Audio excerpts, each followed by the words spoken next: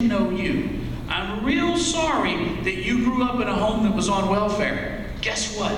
That's your driving force to own everything you can and employ everybody else and use that money for good. And so what I would tell you is, we hyper-focus on young people. Young people are green bananas. They're not ready yet. My solution, and people think I'm joking, I'm not, is don't let people vote till they're 25 because they're too stupid to cast a good vote anyway. I mean, honestly. You're 45, as far as I'm concerned. I mean, for every good kid that's 23 that can cast a good vote, they got 9 buddies that don't know where they're going. What are you doing at 24, 23, 22, 21, 20 years old? You're trying to find somebody to have sex with. You're trying to get your next buzz on. I mean, think about it, right? Where can I watch a free movie premiere? You're not capable of thinking about the serious issues of the day. You're just not. But as we get a little older, our sex drive goes down, our desire to party goes down, and we start looking at the world and ordering things as it should be. We start thinking about things like love and commitment and investing long-term in relationships. We start thinking about stability. And okay, that baby was born, all is good, rainbows and butterflies, but how are we going to take care of that child? As we get older, we phase into a different point in our life. So I think what we do is we stop being ashamed of old people and we start embracing that that's where the knowledge and wisdom is. And that we don't have anything to, we've got another round coming up because I'll be there before I know it. And what we start doing is shifting our focus away from 22-year-olds. I got to give Barack Obama credit. Barack Obama showed up at universities and they'd have 5,000 people and the media would tell us, man, look at all these college students. Are you kidding me? Justin Bieber could have had twice as many. Do you want him to be president? It's not a rock star. It's the guy making major economic and national defense decisions. We need to stop determining success based on the size of a crowd, how many people show up, whether they swoon, whether they... Have you ever been to a music festival? Whoever's up on stage doesn't need to be in charge of something. And so that's what I would tell you. I would tell you that lay a good a good framework, plant good seeds, be there, be constant, guide, recognize they'll make mistakes, we all have. Be there for them tomorrow, and then trust. Trust. Because if you've put them on the right track, they will stray off, but they will always come back. There was another question here somewhere. Yes, sir.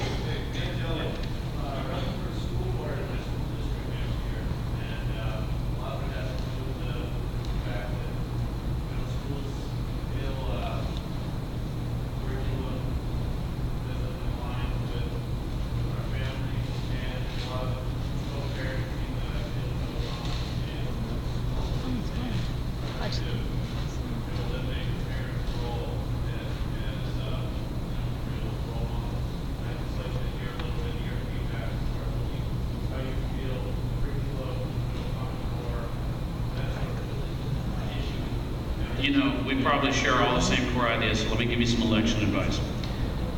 I was the first Republican elected citywide in the city of Houston, in a city that's Democrat and county that's Republican. And I would tell you how to win elections. Here's how you win elections. It's the same way that you run a marathon, it's the same way you build a business. You go out and get in front of people day in and day out.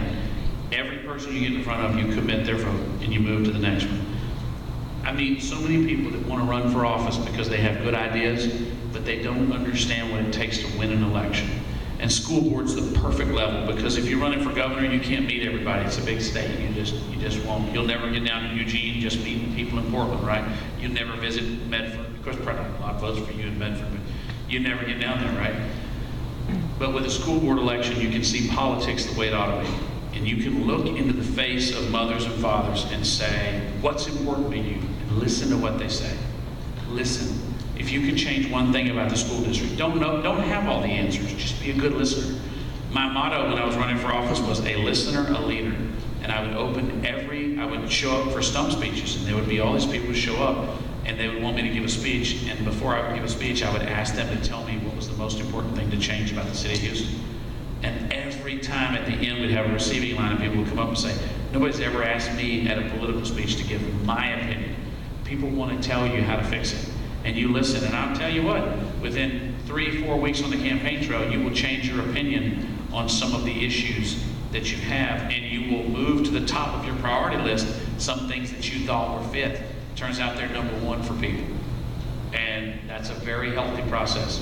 We're not a democracy. I know that's a little disappointing, but a democracy would mean that we would all go down and vote all the time the way they do in California. We're a republic.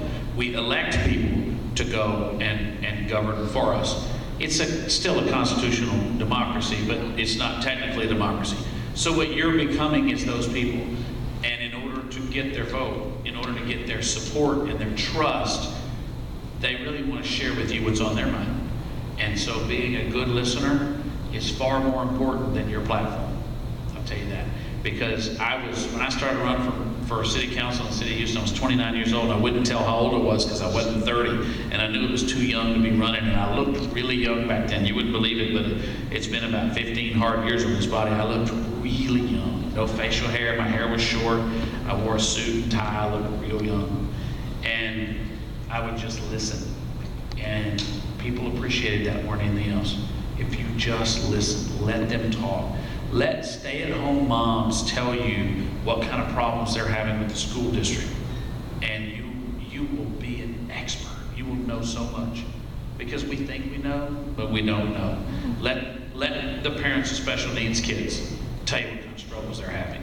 Let the parents of kids who went in and got, kicked into an alternative school, let them tell you their experience. Let the high achiever kid who's being held back by the school district, let that kid's mom talk to you.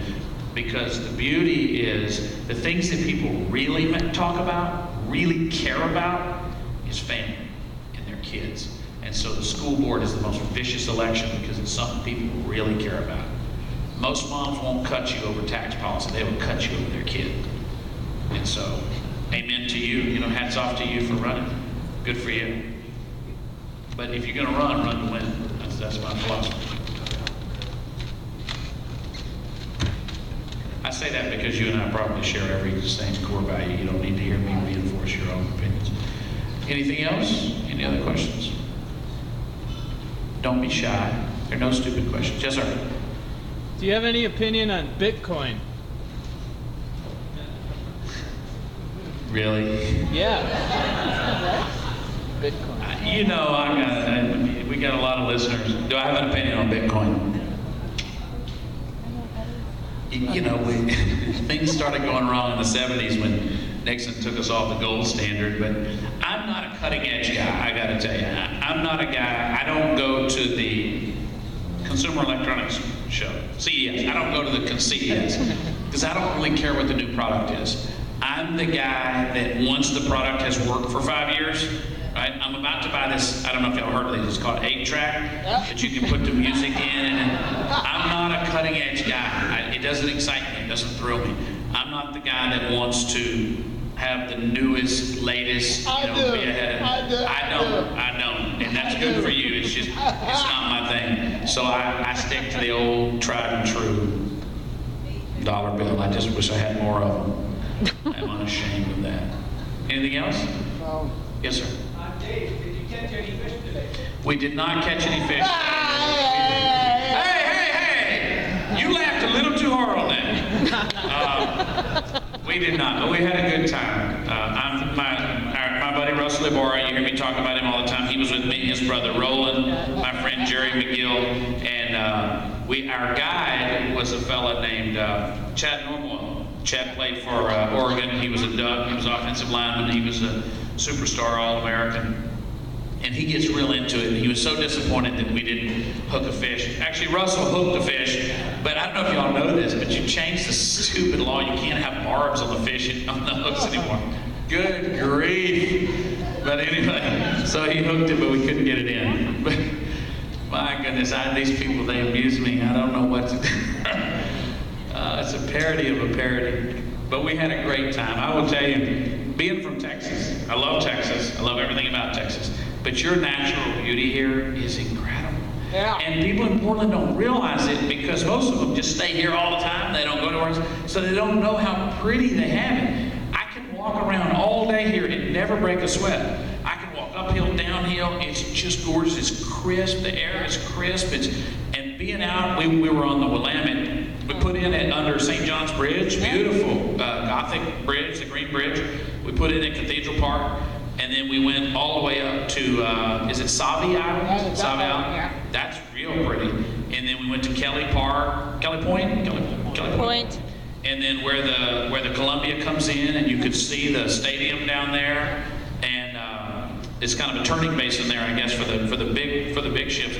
And we hung out there for a little while, and then we came downtown, and we got to see. You know, I got to give y'all credit. Portland's the only place I've ever seen that has a public housing project on the river. We're like, circle that, circle that. You got people living in tenement housing on the river. I've never seen such a thing. Have y'all seen this? If you haven't, go down to the Hawthorne Bridge tomorrow, or any day, it'll be there, trust me. Go down to the Hawthorne Bridge and go down and to the wharf or whatever that is, and look, you got these boats. They have expired stickers. One of them was 2012, some of them they hadn't moved in 20 years. And these people are basically living in tenements out on your gorgeous river. And the guy that was driving us was like, you know, if I don't have my numbers lined up just right on my inspections, they come in and, you know, find me. But these guys haven't moved their boat in years. It's awful. They're just, whatever they want to put in the water, they put in the water. It was interesting. Yes, ma'am. That's the Willamette. Hi, Tanya. Let's do like Alcoholics Anonymous. Hi, Tanya.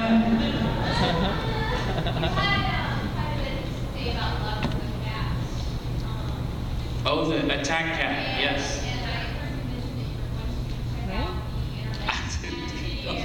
I didn't go. A dog took a small child. I was not. Did y'all know that in your fair city today, the Internet Cat Video Festival was today? Yes, in your fair city. It's not quite as interesting as the naked bike ride, but it's up there. Yes. Yes. That worries me. Only in Portland.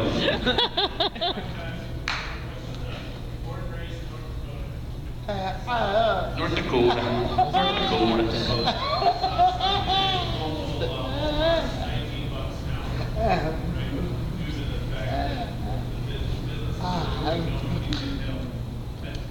Share that briefly, where capital market is going crazy in North Dakota to Seattle, where they just CTAC raised their minimum wage to $15 an hour compared to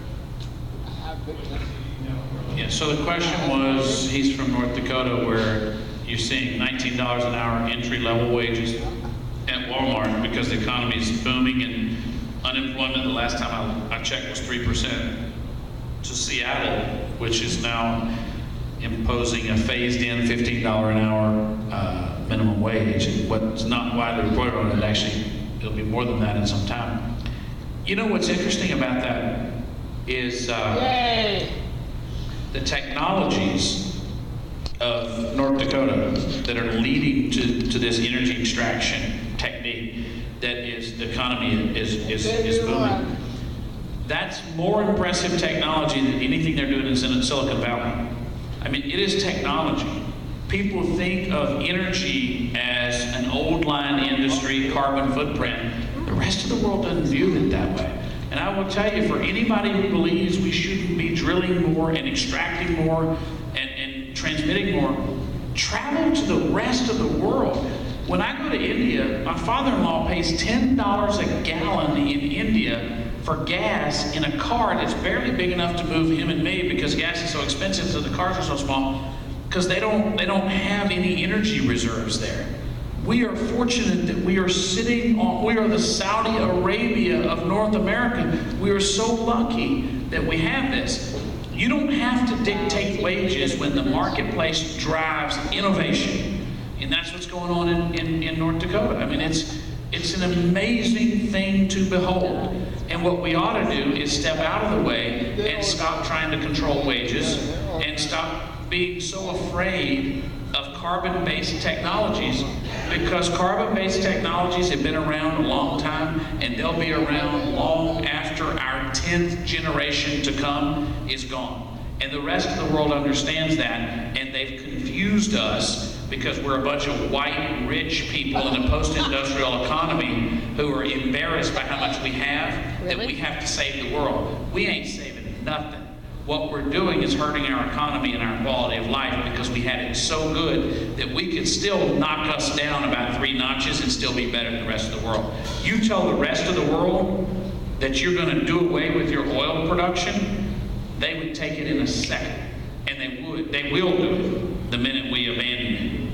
It's just that simple. Good jobs. We don't ever want 0% unemployment. You don't want 0% unemployment because 0% unemployment is a recipe for disaster for business, because you won't be able to hire people. You won't be able to fill open positions. North Dakota is at the optimal level and possibly below that, and that's an unemployment level considering the fact that they are the second leading job recruiter in America today, adding about 500 people a day. Texas is 1,000 a day, but that's a lot for North Dakota. Any more questions before a wonderful band comes out and plays for y'all? Oh, all right. I have a couple of my sponsors here, and I want to say thank you to them. And I want to say to you, if you like our show, I don't know if you've ever noticed, but you don't have to pay for it. It's free. Yeah.